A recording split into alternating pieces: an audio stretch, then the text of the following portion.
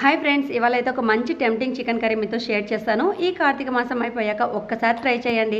ఒక్కసారి తిన్నారంటే వారం 10 రోజులున్నా మర్చిపోరనమాట. ముందుగా చికెన్ని నీచు వాసన లేకుండా శుభ్రంగా కడిగేసుకొని వీటన్నిటిని ఇలా సిద్ధం చేసుకోవాలి.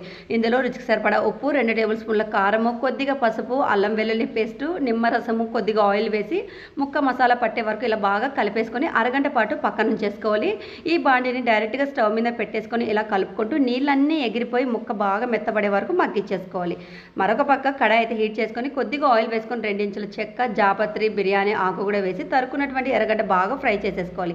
అల్లం వెల్లుల్లి పేస్ట్ కూడా బాగా మగ్గిచ్చేసుకొని టమాటో ప్యూరీని ఇందులో వేసి నూనె పైకి తేలే వరకు మగ్గిచ్చేసుకోవాలి. కారము, జీలకర్ర పొడి, మిరియాల పొడి, ధనియాల పొడి, కొద్దిగా ఉప్పు కూడా వేసి ఇందులోనే ముందుగా ఉడకబెట్టుకున్నటువంటి చికెన్ కూడా వేసేసుకొని అంతా ఒకసారి బాగా కలుపుకొని 2 గ్లాసుల నీళ్ళని వేసి చివరిగా పచ్చిమిర్చి చీలికలు వేసి 10 నిమిషాలు ఉడికించామంటే ఎమ్మీ రెసిపీ రెడీ అయిపోయినట్లే. వీడియో నచ్చింటే లైక్ చేయండి.